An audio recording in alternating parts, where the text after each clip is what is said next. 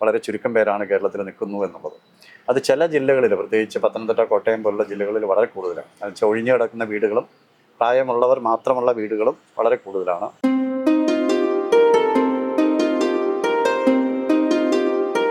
Sir ഈ ആശയം എന്നോട് മുമ്പ് സംസാരിക്കുന്ന സമയത്ത് എനിക്ക് സ്ട്രൈക്ക് ചെയ്തൊരു കാര്യം, ഞാൻ ഈ തിരുവല്ല, പത്തനംതിട്ട, റാന്നി ആ ഭാഗങ്ങളിൽ വീടിൻ്റെ ഹൗസ് സൈറ്റ് വിസിറ്റൊക്കെ ആയിട്ട് പോകുമ്പോൾ പല സ്ഥലങ്ങളിലും വലിയ വീടുകളുണ്ട്, പക്ഷെ ആളുകളില്ല, ഒഴിഞ്ഞു കിടക്കുന്ന വീടുകളാണ് കൂടുതൽ. അപ്പോൾ അത് എനിക്ക് ആ ഒരു ആശയം ഭയങ്കരമായിട്ട് സ്ട്രൈക്ക് ചെയ്തു. ഇത്തരത്തിലുള്ള സംഭവങ്ങളിൽ ആളുകൾ ഒറ്റപ്പെട്ട് കഴിയുന്നു, അല്ലെങ്കിൽ ആളുകളുടെ എണ്ണം അവിടെ കുറയുകയാണ്.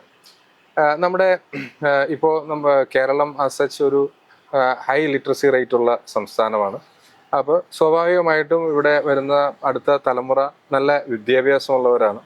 ആ വിദ്യാഭ്യാസമുള്ള തലമുറ ആവുന്നതുകൊണ്ട് തന്നെ അവർക്ക് വിദേശത്തേക്ക് മൈഗ്രേറ്റ് ചെയ്യേണ്ടതായിട്ട് വരികയാണ്. അപ്പോൾ അവർക്ക് നല്ലൊരു തൊഴിലും നല്ല ഒരു ജീവിത സാഹചര്യവും അവർ പുറമെയാണ് തേടുന്നത്. അപ്പോൾ ഈ പേരൻസ് എന്നുള്ള നിലയിൽ അവരിവിടെ ഒറ്റപ്പെട്ട് കഴിയേണ്ട ഒരു സാഹചര്യം വരുന്നുണ്ട്.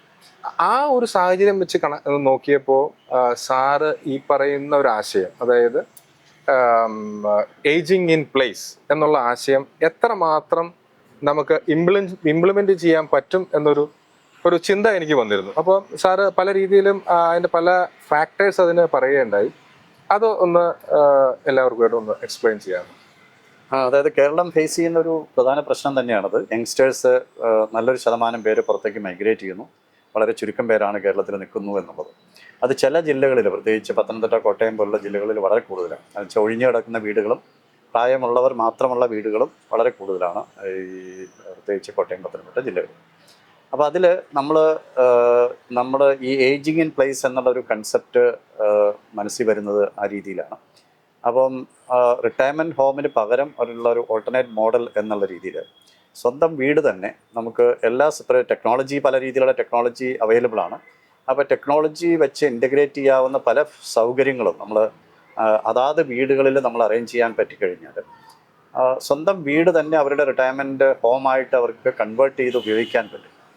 ആ ഒരു ആശയമാണ് ഈ AIP കൊണ്ട് നമ്മൾ മുന്നോട്ട് വയ്ക്കുന്നത്, ഏജിങ് ഇൻ പ്ലേസ് എന്നുള്ള കൺസെപ്റ്റ്. ഓക്കെ.